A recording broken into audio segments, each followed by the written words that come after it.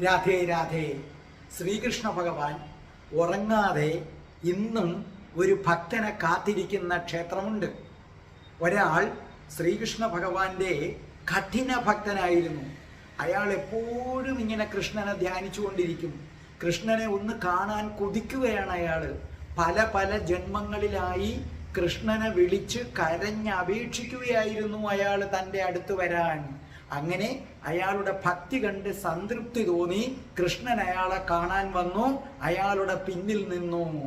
അപ്പോൾ അയാൾ അയാളുടെ അമ്മയുടെ പാദം തിരുമ്മിക്കൊണ്ടിരിക്കുകയാണ്. അപ്പൊ കൃഷ്ണൻ പറഞ്ഞു, നോക്കൂ, ഞാൻ ഇവിടെയുണ്ട്, നീ എൻ്റെ നേരെ നോക്കുക. അപ്പൊ അമ്മയുടെ പാദം തിരുമ്മിക്കൊണ്ടിരുന്ന ഭക്തൻ പറഞ്ഞു, നിൽക്കൂ ഭഗവാനെ, അമ്മ മരിച്ചുകൊണ്ടിരിക്കുകയാണ്, അമ്മയുടെ ആഗ്രഹപ്രകാരം ഞാൻ ഈ പാദം തിരുമുകയാണ്, അതുകൊണ്ട് ഇപ്പോൾ എനിക്ക് തിരിഞ്ഞു നോക്കാൻ നിവർത്തിയില്ല, അല്പനേരം നിൽക്കൂ. എന്നിട്ട് അയാള് താനൊരു ഇഷ്ടിക ചുടുകട്ടയുടെ പുറത്തിരുന്ന് ആ ഇഷ്ടിക തള്ളി നീക്കിയിട്ട് പറഞ്ഞു, ഇവിടെ ഇരിക്കാൻ പറഞ്ഞു. കൃഷ്ണൻ എന്ത് ചെയ്തു? അതിൻ്റെ പുറത്ത് കയറി നിന്നു.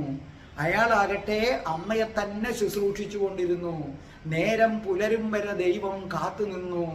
നേരം വെളുത്തു, അങ്ങാടികളൊക്കെ ഉണർന്നു. അപ്പോൾ തന്നെ ആളുകൾ കാണുമല്ലോ എന്നോർത്ത് കൃഷ്ണൻ വിഷമത്തിലായി. അതുകൊണ്ട് അദ്ദേഹം ഒരു പ്രതിമയായി തീർന്നു. ഒരിക്കലും തിരിഞ്ഞു നോക്കാത്ത ഭക്തനെ കാത്തുകൊണ്ട് ഉറങ്ങാതെ ഇന്നും കൃഷ്ണൻ അവിടെ നിൽക്കുകയാണ്.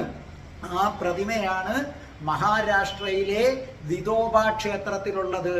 വിതോബ എന്ന് പറയുന്നത് ഭഗവാന്റെ മറ്റൊരു പേരാണ്. വിതോബ മഹാരാഷ്ട്രയില്.